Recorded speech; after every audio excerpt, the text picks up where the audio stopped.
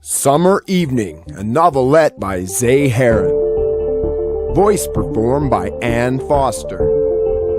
All rights reserved. No part of this book may be reproduced, stored in a retrieval system, or transmitted by any means.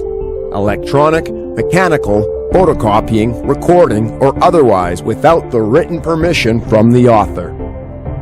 Check out Heron's other novels on his website, heron.com. And at all places books are sold. Follow him on Twitter. I want to dedicate this book to my mom, Teresa M. Garza. I love you, lady. Fear sharpens us to face the world. Frightened, the young woman hid behind her car's open trunk as the police approached her. Her left hand was seen by the cops, as her right pushed the bag deeper into a corner. Tears fell from her face as she eased off the first glove. At the impact with the pavement, the glove sounded like a dumpster falling from a high-rise, echoed throughout the space in her mind, and just as loud, the second equaled the first. The young woman could sense the lead officer's disgust towards her. She saw how he looked at the gloves on the ground. She played out how he and his colleagues interpreted her tossing of the gloves. Looking into his eyes, she knew she saw disgust. Tears flowed from her ducts, but she could see that had no value to him. Only his perspective mattered. Knowing in her heart, he appeared to develop in her in this capacity. "Miss Cooper, pick up the gloves," the officer said sternly, as his colleague's facial expressions matched his tone during this notice. Looking around, the woman knew she was alone, and any alternative interaction would in general be harmful to all parties. Since her youth, her mother instilled in her that she and her sisters were the four Lucidas of their generation. She knew there was a purpose for her life, but she could not accept this horror as part of her destiny. For her upbringing promised a world where cops were a part of one's personal kith, unless they chose the outlaw lifestyle. She pondered. How did she get in this predicament? Oh, yeah, she said to herself, that delivery. Regretfully acknowledging the weapon-drawn officers approaching her, the woman reflected on events from earlier in that evening. "Hey, I am getting a few of these," said the woman pleasantly, as she handed her mobile device to the cashier of the 24-hour taco stand. After revealing the digital order to be placed by the attendant, she provided her company's payment to cover expenses. Observing the increasing line at her rear of nightclub patrons, she casually positioned the 3 empty thermal bag straps on her left wrist as one held on to the residue odor of a previous order. "Pick up the gloves, Miss Cooper," the officer said, quickly pulling her from her daydream. Outside of the firefighters combating the flames across the street, she was alone with the cops. Watching the police approach her in this manner, she felt vulnerable. Reluctant, the woman fell to the ground, unleashing greater angst. She wanted away from here, imagining thoughts of herself sipping on a Hamish cup of tea and eating a fried crackleberry on toast. And despite that hope, that thought only lived where it was born. As another cop kicked one glove toward her, the lead officer said, "Pick up the gloves, Miss Cooper." Like a lodestone, the gloves called out to her, but she attempted to ignore them for the heuristic internal effects it would make on her life. Earlier this evening, the young woman grinned, gently placing the food evenly into 3 bags, and zipped them closed. Glancing down for the time, she knew the chit-chat must be limited, and she hastened herself with bags in hand to her Nissan Sentra. Placing them gently on the floor of the back seat, she hopped in the front to make her left onto 19th Street, Northwest, and eventually making appropriate headway eastbound across the nation's capital. The aroma hugged her, flooding out the previous order. Damn, that smelled good. Temptation massaged her brain as she imagined spine bashing around in her bed, eating. She contemplated unzipping one bag to take one of the orders for herself. A reprimanding would follow her actions, but honestly, no one would know. She may not get a tip from the customer after the revelation, but not getting a tip at all was a constant concern for every food courier. That was too much of a risk. She needed the tip. She lived off the tips these days. The financial help was not coming in like it used to. "You're on your own, Summer," said the young woman aloud in her rearview mirror. "You are Summer Cooper. You're 20. Grow up. You're on your own." Summer gripped the steering wheel tighter as slight hunger pangs set in. From her wrists to her fingertips, she was gloved. She had wished she wore them for the simple reason that the woman thought at the taco stand. The handmade individual finger and thumb sheath coverings were not protection from heat or cold. And simultaneously, it was not to save others from some great harm as other comical marvels would rogue others into believing. For Summer, it was protection from herself and others.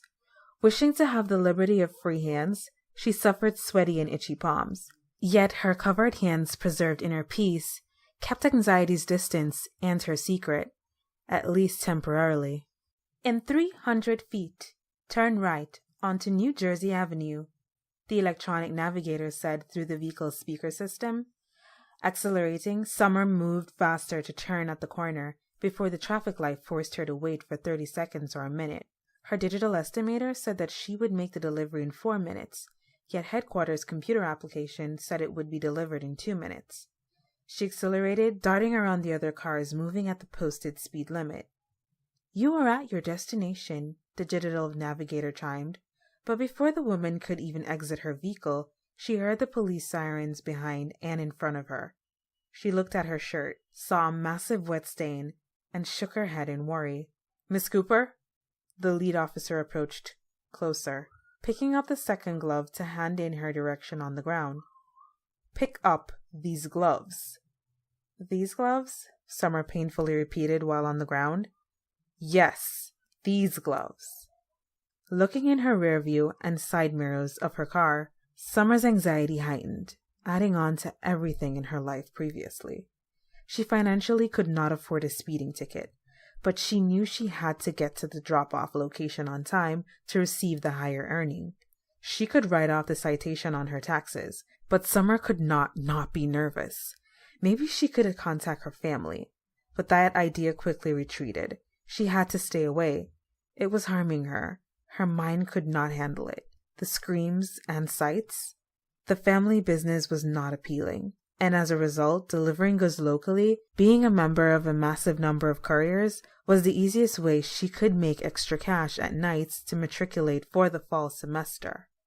It was honest, and most important, it was not associated with her sisters. Then her nerves calmed. Kind of. Crash. The red-blue police lights flashed across Dunbar Senior High School's football field, down and across the street from her, at the tail of a violent car chase with a Mercedes C-Class. On the curb, smoke poured from the civilian vehicle. For the last 2 mayoral administrations, Roy Francois and current mayor Giovanni Douglas, their public safety policies produce excessive police presence at every crime scene. As if every person was directly called, residents oozed from their homes to see what ruckus had occurred and stood somewhere within 100 feet of Summer.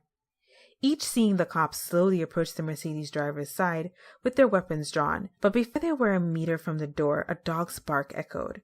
Opening the door, a small white bichon burst from the car, darting around the corner to not be seen by anyone looking in the crowd. "Hey, you're Summer?" a male voice inquired behind her. Yeah," responded the woman. "Yeah, I'm Summer. I know you?" "Nah, you've got my food." "Oh, sorry, I got distracted." She reached for the bags out of the car and handed them to the man. "I tried to keep it warm for you." "Thanks, I appreciate it, darling," said the man as he walked away with his food. "And Summer?"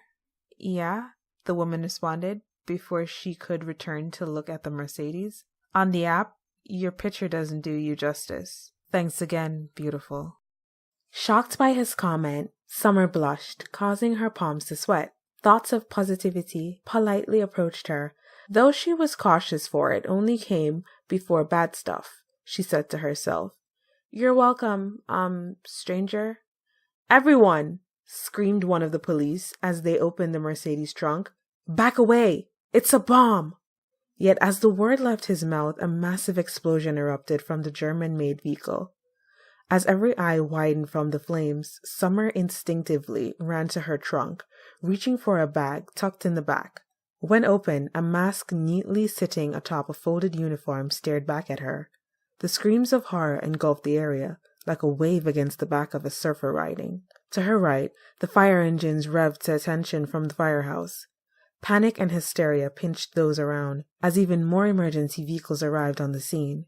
Her hands started to shake, as she begged her impulses to quiet, but her sweat glances multiplied their sizes from the bouncing heat. "Ma'am, please go back inside," a police officer said to her, attempting to call the citizens back in their homes. "Go back inside."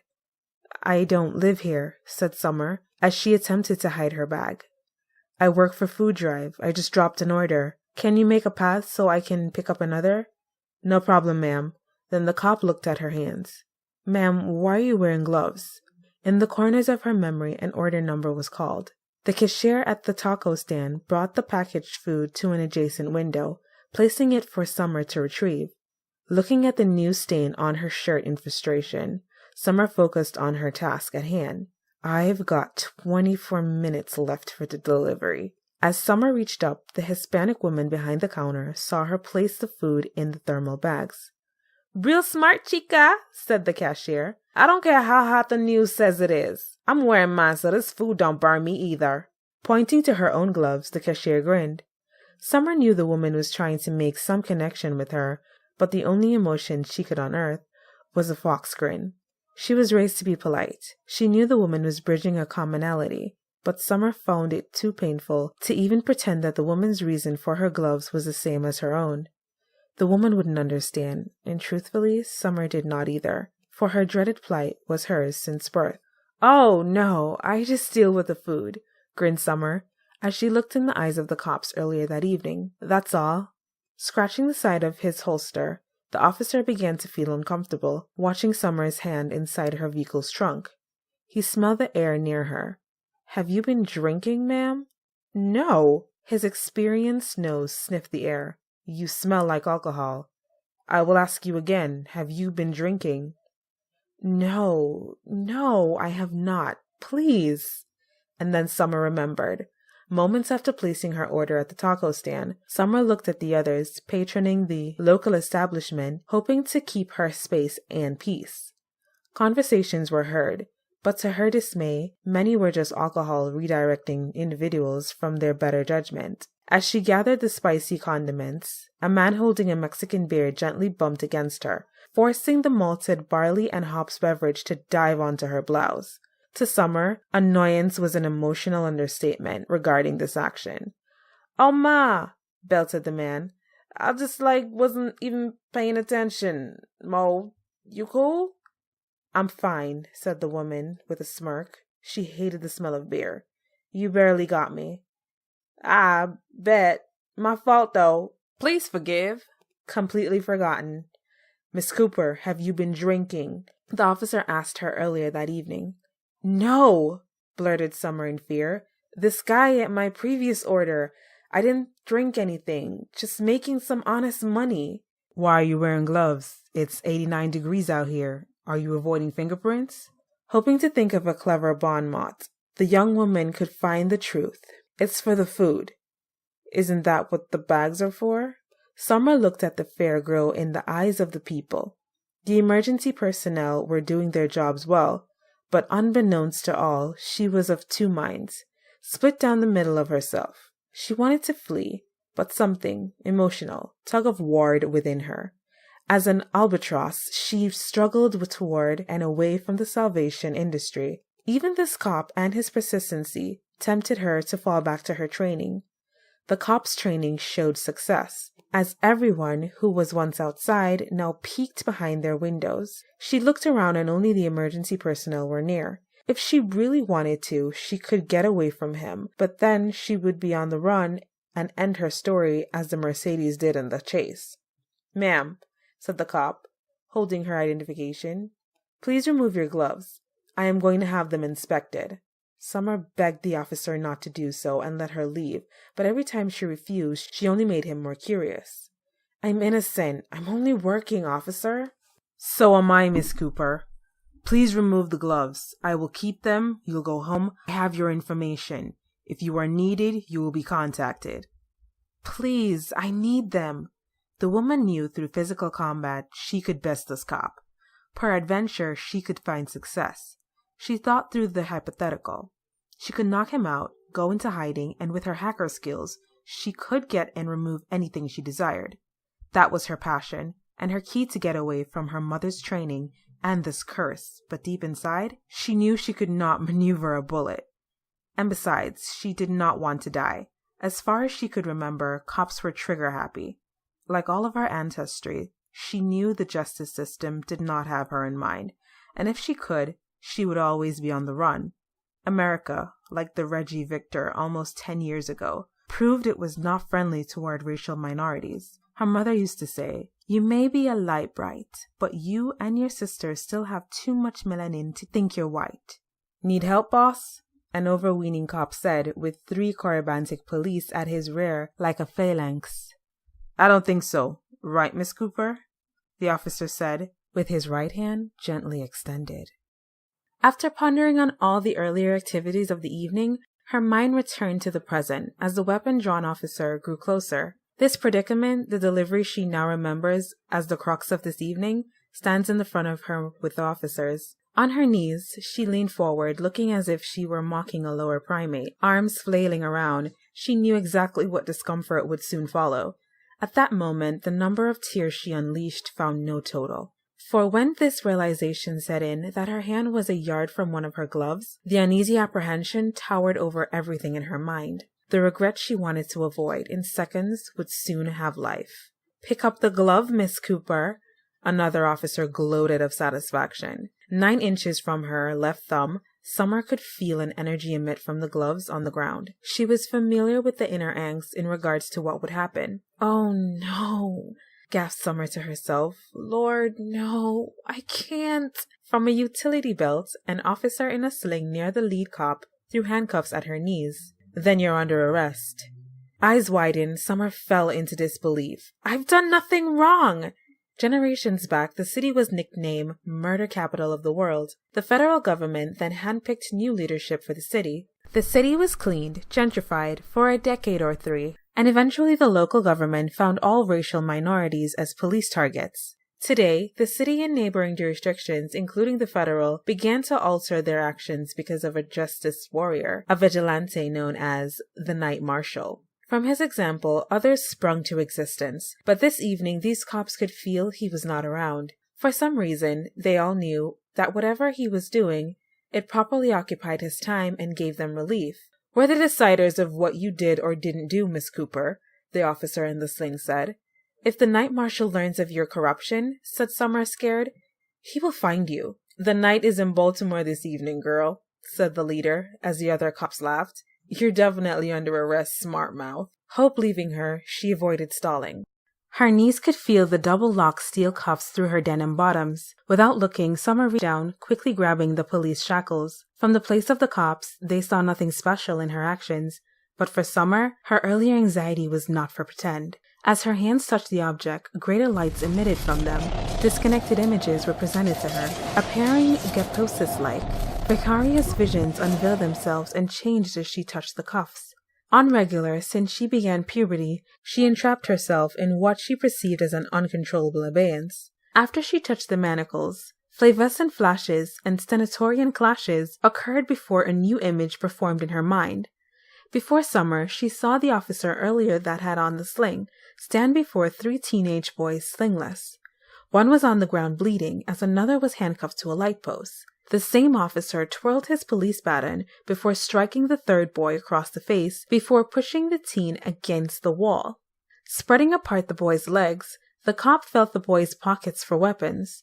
Discovering a small pistol in the boy's pocket, the cop quickly used the weapon against the back of the teen's head, forcing him to the ground as the other. The officer looked at the one handcuffed to the light post. "Look, you little piece of shit nigger, where's the money you promised me?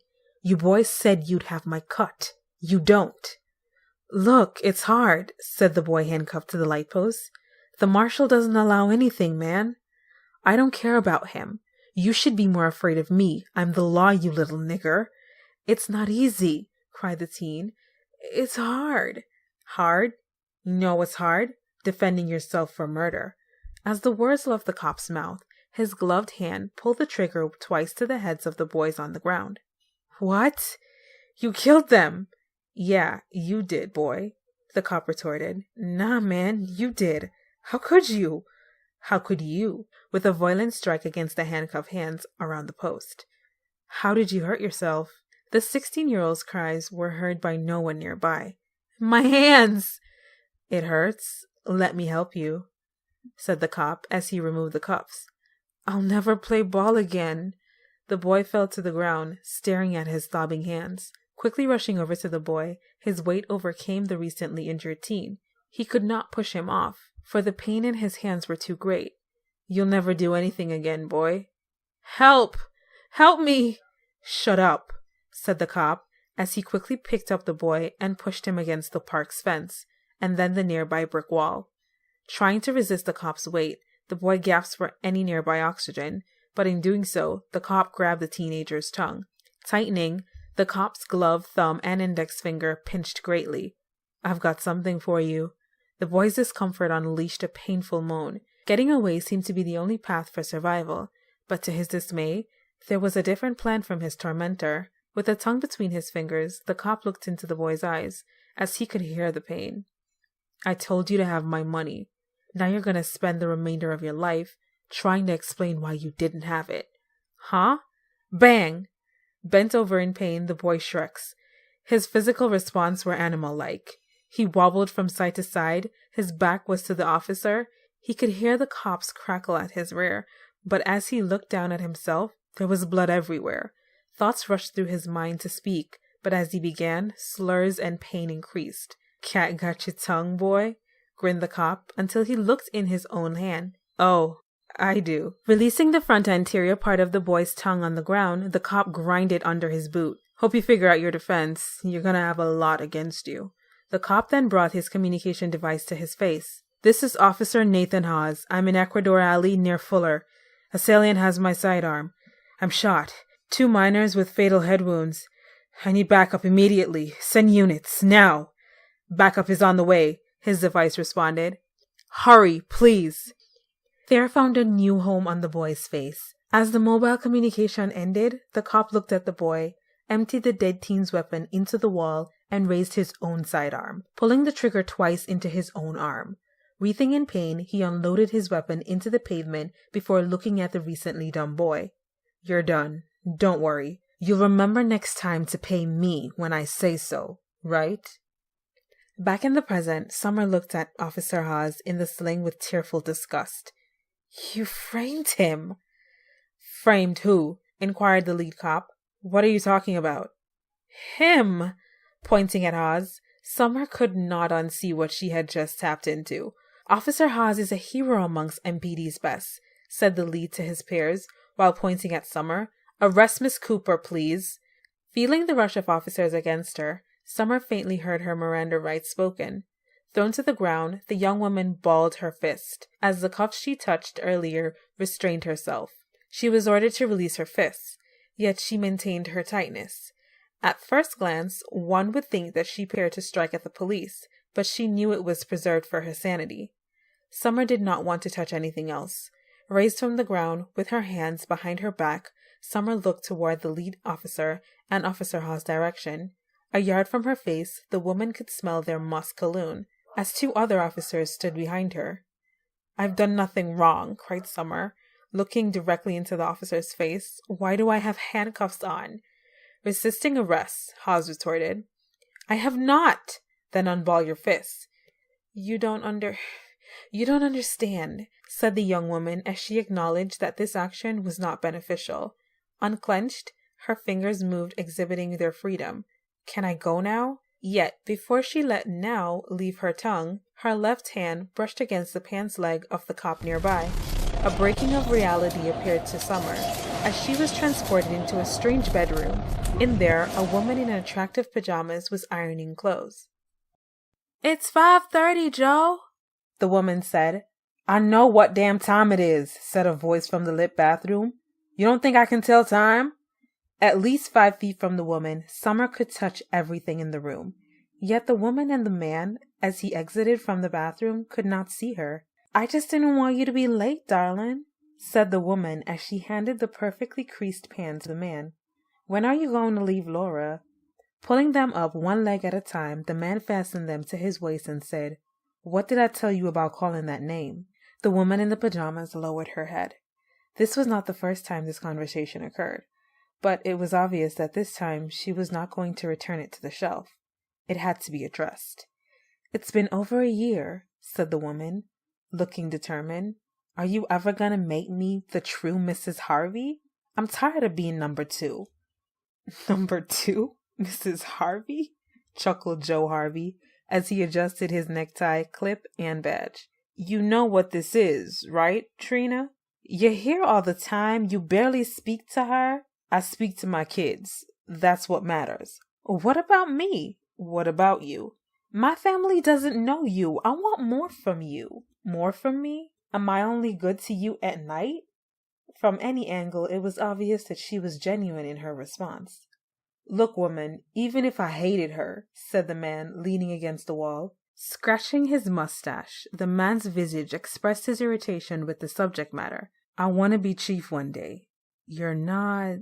Besides, she's the mother of my children. The man knelt down to tie his shoes. Well, said Trina, as she retrieved something from her desk. Would anything change if I were the mother of your child?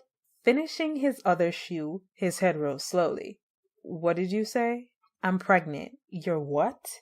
Holding a home pregnancy test, she wore her pride through her smile.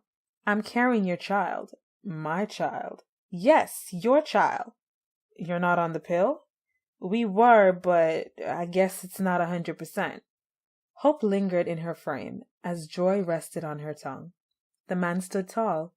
You're trying to trap me. Trap? Honey, I love you. Summer saw the man walk toward the counter where his wallet was, resting near his keys. As he grabbed his wallet, his eyes gently glanced at the multiple payment options the leather pocketbook housed. At the ground, his eyes unveiled an abjection of sorts, the type that reminded men that no more cash would exist for the proverbial rainy day or retirement fund. She could see that this woman's words gave the pension-reliant, politically ambitious man the despair that jolted his sure footing to success down to the grotto of inadequacy, averageness. The detestation of these emotions dug a trench from his already prepared future, his bay of resources, the streams of no future or personal profit. Hoping to salvage anything, if including her news into it, was fairy tale, and because of that, he knew there was only one option to preserve his plan. Get rid of it. Huh? I thought you would be happy. Because you're pregnant? We're pregnant. If we're pregnant, then get rid of it. I don't need any secret kids. Overlapping her hands across her abdomen, she shunned her belly away from the man. I'm not going to kill my baby. Then it is you who are pregnant. The man turned around, preparing to leave the room and begin his shift. It is yours. I have been with no one else. Then get rid of it. No, this is our child. I could never look my family in the eye. Your family? Said the man as he pulled his jacket on. You're just a black whore from Shipley Terrace. Stop acting like you're from Georgetown or Spring Valley. She was insulted by his comments. It's my baby, Joe. I thought it was ours. Crying, the lady looked across from the cop as Summer stood in the middle of them, unseen by either. I am not going to kill my baby, Joe. You're not? Joe Harvey, a cop of 15 years, was not familiar to resistance. Outside of the feds, his superiors, and elected officials, every soul he encountered responded, yes, sir, when he instructed something. More than disdain, his eyes unleashed a frustration he was unfamiliar with. Of all the irritations he could fathom, this woman had brought him to his end. Fine, you'll miscarry then. What? Summer cried to herself, as the man stormed across the room to the woman, as his fist was unleashed against the woman's abdomen. Between her face and midsection, her hands moved, hoping to minimize the brunt of his rage. Summer desired to stop the man, but she was transparent, as an apparition to the two.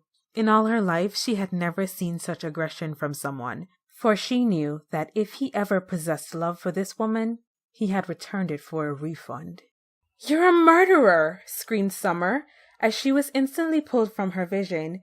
She looked the lead officer in the eye, then Haas, and over to the cop on her left, Joe Harvey, staring down at her. "You killed your own child." "Murderer?"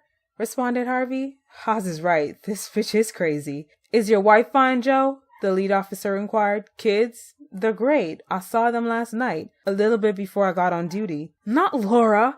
panicked Summer. "Your mistress, Trina. You killed the child." The lead officer looked her in the eye and then towards Harvey, who could not remove the dumbfounded expression on his face. "You know this woman, Joe? How does she know Laura? Is she telling the truth?" "Don't let this criminal distract you from her arrest," Haas said assuredly.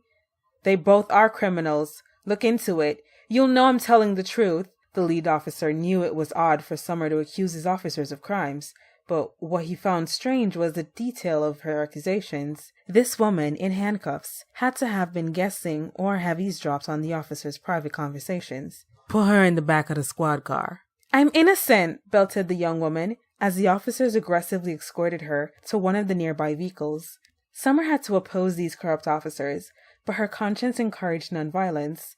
If she chose that path, her body would be a cushion for bullets. "Hear me, I'm innocent." "They're always innocent." "I am?" "Right. And I am the President of the United States." "You can, but I'd rather not be you if the night marshal discovers you're crooked. You know how he reacts." And as if the words were like an incantation, the woman sensed fear crawl from the officers' throats to their foreheads. "Are you threatening police officers?" the lead officer said, as he rapidly approached Summer. "That sounds like you're trying to intimidate us, Miss Cooper. That could be 180 days added in lockup." Hindering her sight, Summer's tears joined in union, as she was unable to wipe them away. Arms behind her back, Summer was without another faculty. That impending warning about the night marshal was her last option besides physically fighting them. She did not know what else to do or how to get herself out of this. "Why did you not believe me?" Summer asked the lead cop. "Why did you not pick up those gloves?" responded the lead officer, inches from Summer's face. It would have been much easier." "I've done nothing wrong." "Then you would have picked them up." "No, then I would have done something wrong to myself." The lead officer leaned forward, allowing his mouth next to her ear. "What made you say what you did?" "All you cops are corrupt." "Why did you say that about my officers?" "It is the truth." "How?" "I saw it." "You were an accessory?" "She's an ox," shouted a muffled male voice in the distance. Scared, all of the cops and Summer were unsure of where the voice came from. Though it was through a modulator, they did not know how to respond. "Who said that?" screamed the lead officer's voice as his colleagues became more terrified than moments before. "Who is speaking?" "It's, him," Harvey said. "It can't be," responded Haas. "He's supposed to be in Baltimore." "Have you ever seen him before?" "Sarge has. Haven't you?" No, I have not, Haas," said the lead officer. "And we are not going to pretend that he is anything more than just a vigilante, a man." Summer started to cry more. "Sergeant James Strong," said the voice. "Do not ignore what I have shared with you. Give her the flashlight to calm her nerves." "Why should I?" "Please," begged Summer. "I don't want to see any more." "Strong, let's get out of here," suggested Haas, as bullets of sweat built around his hairline. "Leave her." "We enforce the law," said Strong, "not him. You've heard what he does, right? Doesn't matter. He doesn't dictate our badges." Besides the 13 officers and Summer, no one was present on the block. On each end, cop cars blocked off the street. "Strong," said the voice through the neighboring high school stadium loudspeakers, "place your flashlight in Summer's palms." The police sergeant looked around at his men and then screamed, "Why should I listen to you?" Silence followed his inquiry. Honestly, Summer was curious as well. Why was this voice making such a request? Very few individuals knew anything about her. How did he know that she was an Oxlair? How did this voice? Who was this voice? Was this really him? "Your men will feel my judgment. Why not let Miss Cooper know why you should not?" "Your judgment?" Strong asked rhetorically. "Let's get out of here," Harvey urged Strong. "No, we are not leaving, officer." "Give her the flashlight, Sergeant," said the voice. One could imagine the person speaking with a smirk of arrogance. If not, let's hope I find more patience and not create dots for the feds or the Volkov family to connect. There will be balance. Injustice will not be tolerated, Sergeant. The Volkov family, mumbled Hawes. Sarge, give the girl your flashlight. What? Responded Strong to Hawes. What have you done?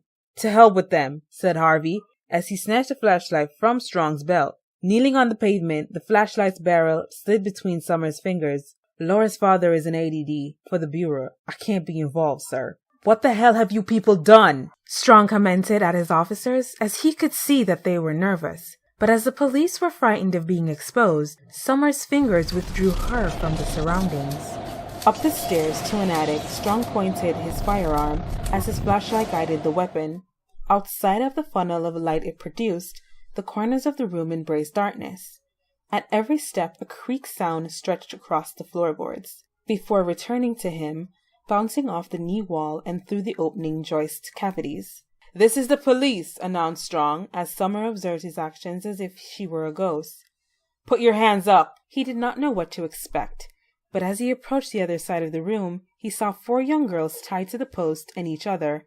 Their faces and clothes were as Las Vegas streetwalkers, but it was obvious that these girls were not aware of their own menstrual cycles. They had not eaten in weeks. As Strong moved the flashlight yards from them, he saw a man with a syringe slouching against the wall nearby. When acknowledging Strong, the man's arms went up in surrender. Whoa, man, who are you? It doesn't matter, screamed Strong. What have you done to them? Nothing, man. Just don't tell the cops. You can have any of them. What? The oldest is like 9, you roach. I know, right? Grinned the man. They're so good at that age, you know. Which one do you want? Strong unleashed the right fist. What did you do to them?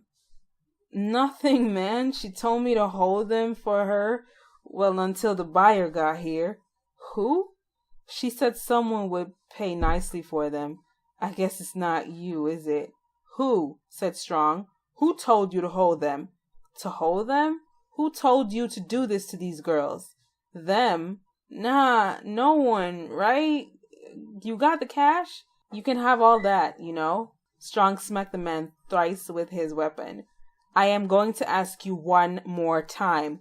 Who told you to do this? Huh? What? You going to jail, you know that, right? Tell me your accomplices. You're not the buyer? I'm a cop, you dumbass. My name is Sergeant James Strong, and you are under arrest. You have the right to an attorney to be quiet. Anything you say will... Dragon, interrupted the man, as blood dripped from his face. She goes by Dragon. She said she had a buyer. That's all I know. That's all you know. Yeah, let me get out of here before people find me, please, begged the man as he attempted to get up and leave. The madame is not easy to deal with. You're not going anywhere. No, man, you don't understand. No, you don't understand. You're going to jail for a few things. Look, said the man as he reached for a nearby bag, causing Strong to grip his weapon and scream. Don't shoot me, man. It's just money. What? Said Strong as he looked inside the bag to see hundreds of currency notes from around the world. This is for her? Or you, The man tried to grin. Bribery too? It's about $20,000 US. You can have it. The man nervously looked out the nearby window as more police cars appeared. Perspiration, drool, and mucus uncontrollably oozed from his face, simultaneously infecting his speech. Look, she has connections to all the Chinatowns on the East Coast, LA, and in Hong Kong itself. I have to get to the Russians. They're my only shelter from her. You're under arrest, dumbass. You're not going anywhere. Then I'll need the money. That's evidence, fool! Surrounded by Strong, Hawes, Harvey, and the other police officers, Summer was on her knees, bent on the pavement, across from Dunbar. Reaching up, she returned the flashlight to Strong. In awe, her eyes were shocked, not in a manner of disgust. Her shock was in how Strong was exalted, glorified in her mind. He was not corrupt, as the others. A member of her kith he could still be. Good cops exist? Summer rhetorically asked herself. What did you say? Harvey inquired. You're a good cop. said Summer as she looked in Strong's direction. All of these years I have seen everyone's bad. Why did I not see? That's because, Miss Cooper, said the mysterious voice over the loudspeakers. Sergeant Strong is as his name implies. He will do his best, is that. He sees ill different than you, but he chooses to operate rightfully in his principles against corruption. Looking at the police sergeant in his new manner was so refreshing, but she duly operated in a space of denial. In all of her experiences using her ability, she always found that she would be exposed to the most horrific events. But this time, how did this happen? She looked at all the other police officers surrounding her. She wondered how many of them were just and upright in their dealings, or were they like Hawes or Harvey?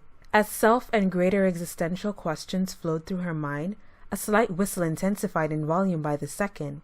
Cutting through the air, a metallic cylindrical rod made its way toward the cluster of people on New Jersey Avenue. At impact, the pavement gave, allowing the rod to stand upright as if imitating a flagpole. The look of this rod was not simple. The end furthest from the ground appeared similar to a weapon's pommel. Before she could analyze the remainder of it, warning and alerts lit along the rod's shaft. As the light notification moved toward the pommel, all the street lights, nearby stadium lights, car lights, and even their body cam lights sprung to ignition. "Don't be deceived," said the voice. "Justice will not be mocked.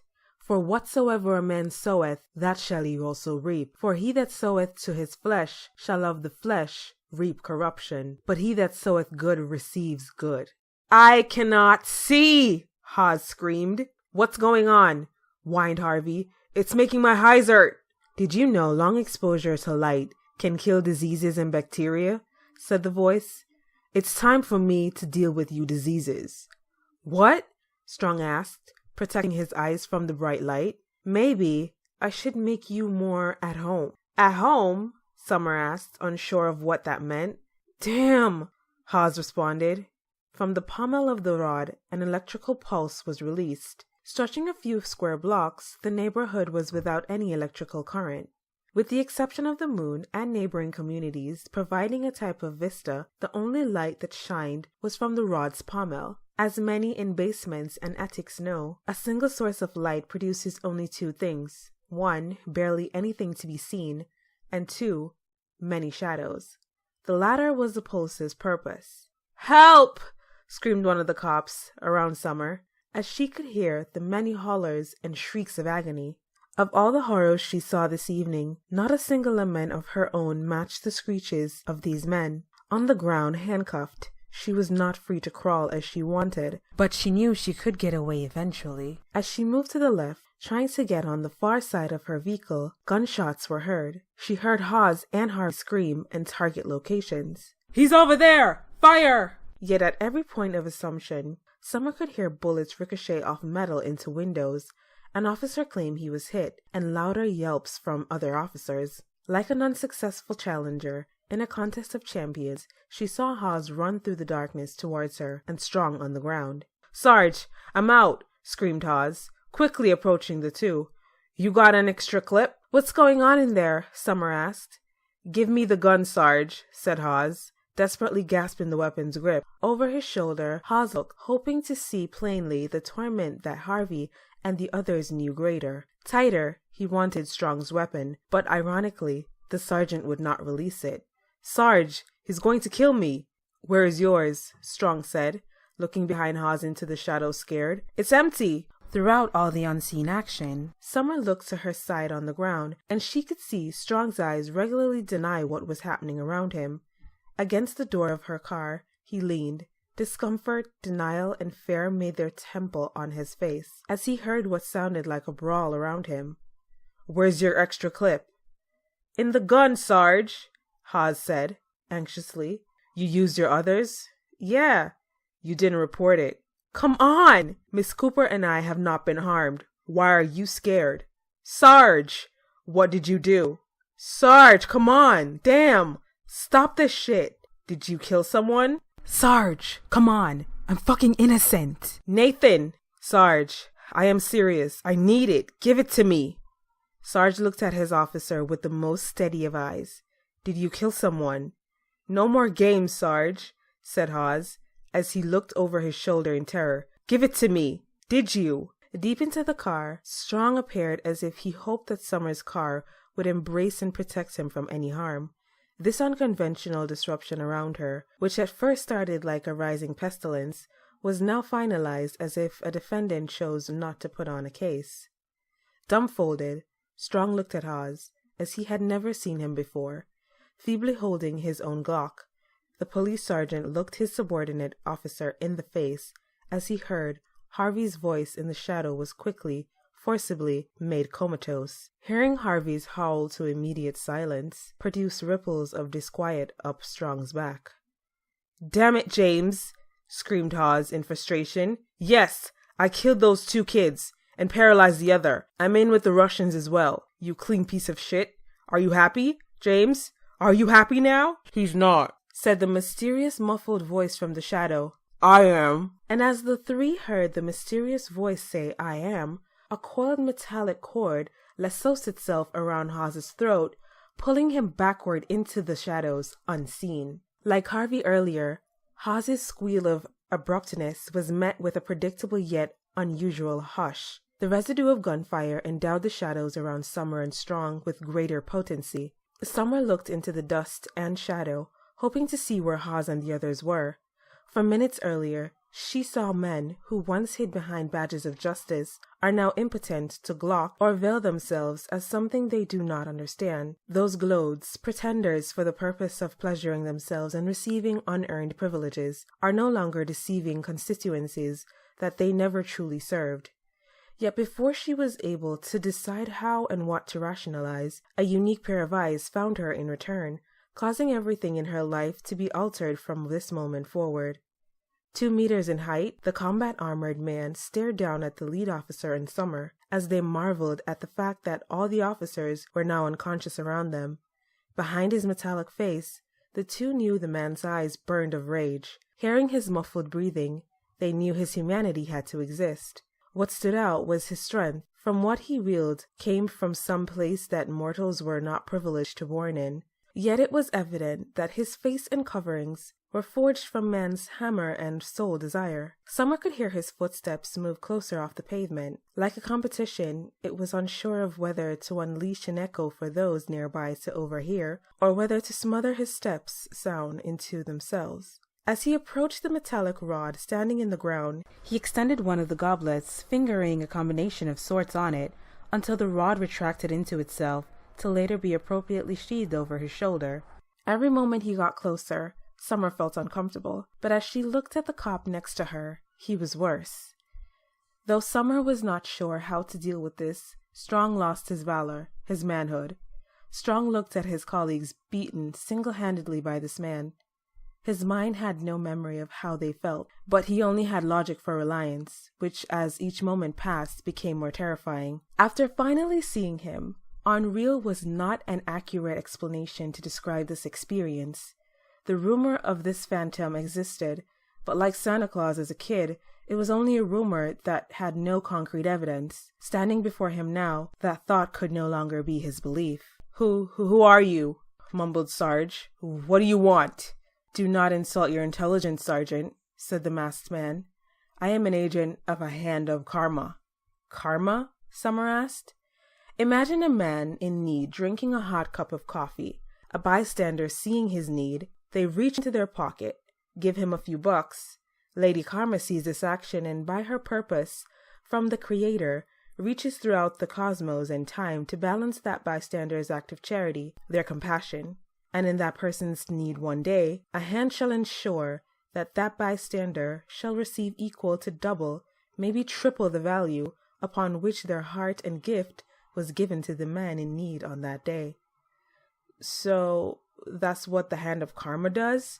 inquired Summer. "You repay gifts to givers?" "I don't see how assaulting police fits into that criteria," Strong commented. "Charity is rewarded with one of her hands, Miss Cooper," said the masked man in a breathy, cheerier tone, but in a matter of milliseconds, the previous tone was replaced by something sterner.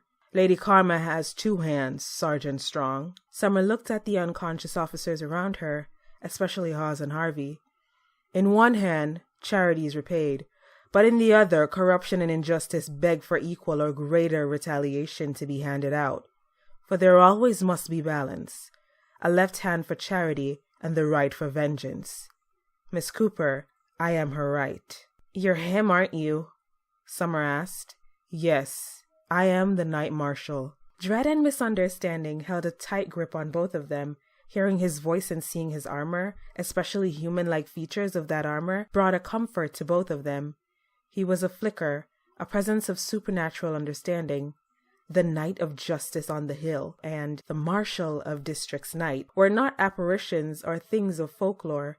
He was a man, a mortal being. "So, are you going to assault me too?" inquired Strong, as he pointed his firearm at the Knight Marshal. "You took out my guys.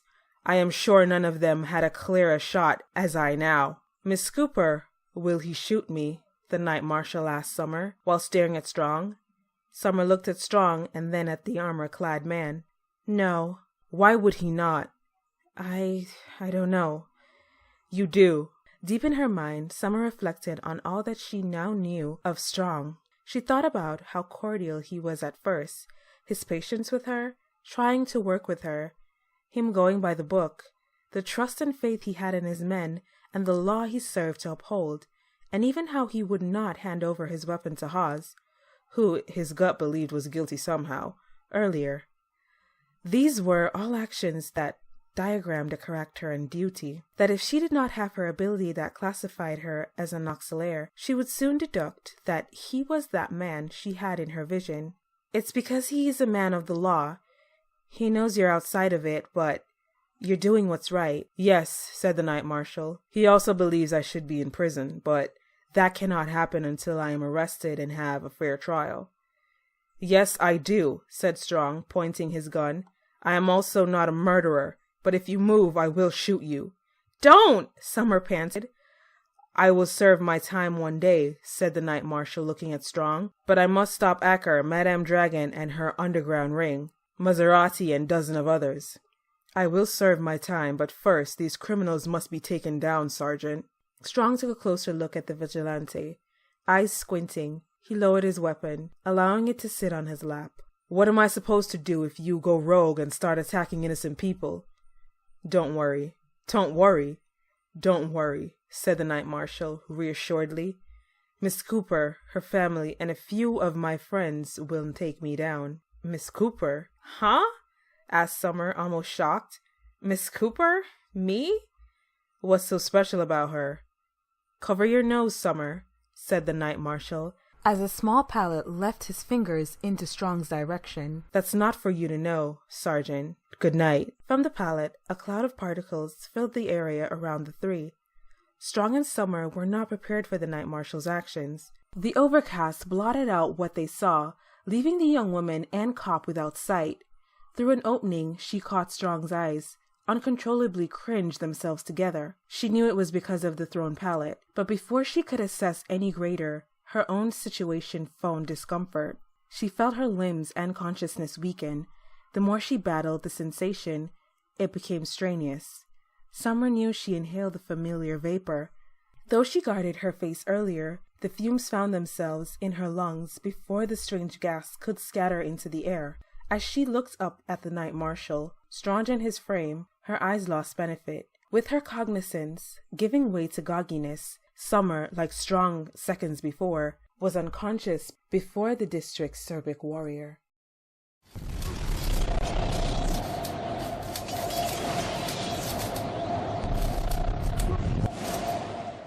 In an awkward fetus position on the ground, Summer opened her eyes to bellum and screams. Among them, a few voices in the distance were familiar to her memory, but she could not find the reminiscence. They were both intimate and uncommon. Displaced from her previous reality, Summer on the ground looked at three women near her age, fighting in unique combat uniforms. "Summer, get up!" said one of the women's voices as she blocked a man's punch against her. "They're hostage on the roof. We gotta move." "What?" asked Summer, slowly standing to her feet.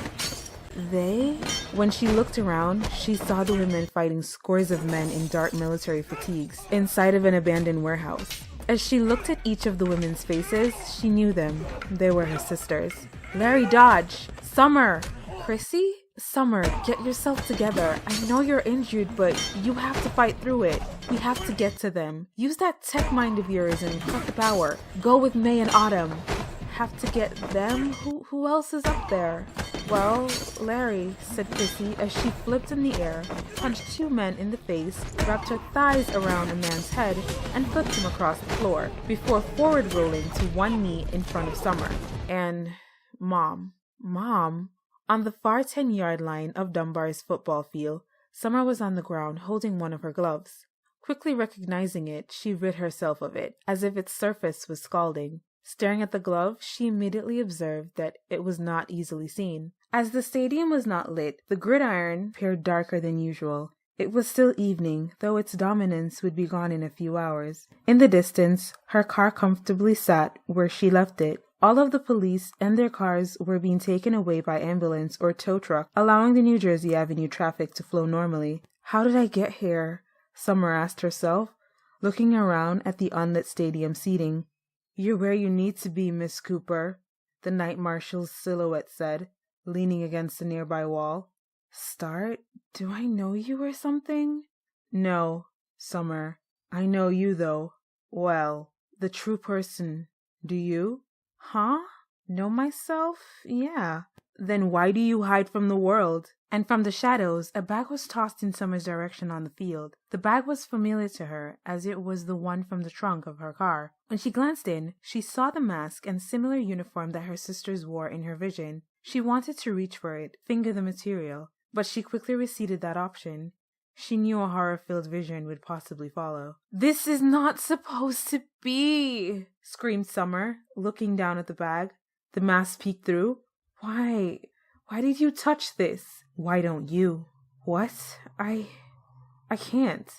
No, you won't. You don't understand. I do. You're frightened. Afraid? No. It hurts. Our discomforts introduce us to our strengths. Your ability is not what brings you pain, Miss Cooper. Then what is it? You. Me? To be an aberration, appearing different. You're terrified of standing out, of being noticed. But despite your quixotic jargon, your psychometry is yours. You were born to be the perfect analyst, the ultimate detective, an inspector who, that instead of receiving vortex breath or metamorphosis, screamed Summer. I see everyone's demons. Yes, Summer. You are you. What I am is my story, and my story is who I am. That is each of us. You have been given a gift. A gift? You can shine on what evil wants hidden. I can't. Miss Cooper, you're the Samula. That is who you are too. Do not hide from her. Don't call me that. Then change your name, because I am not going to pretend there is no calling on your life. This world is changing, becoming more than what it has ever been. If you're concerned of seeing others' dark points, then train yourself also to see their light, Miss Cooper. Balance yourself, even yourself, Summer. It will never leave you. Accept it. Master it. You are you. What frightens you will bring hope to others. You will do this world a greater service by embracing your whole self. Become your greatest version instead of imitating a copy of someone else. Stop hiding, Summer. Go. The world is waiting for you.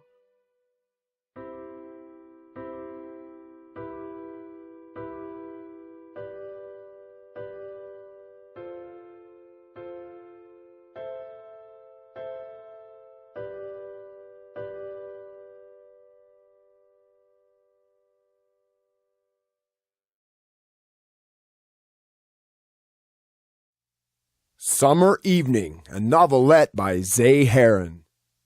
Voice performed by Ann Foster.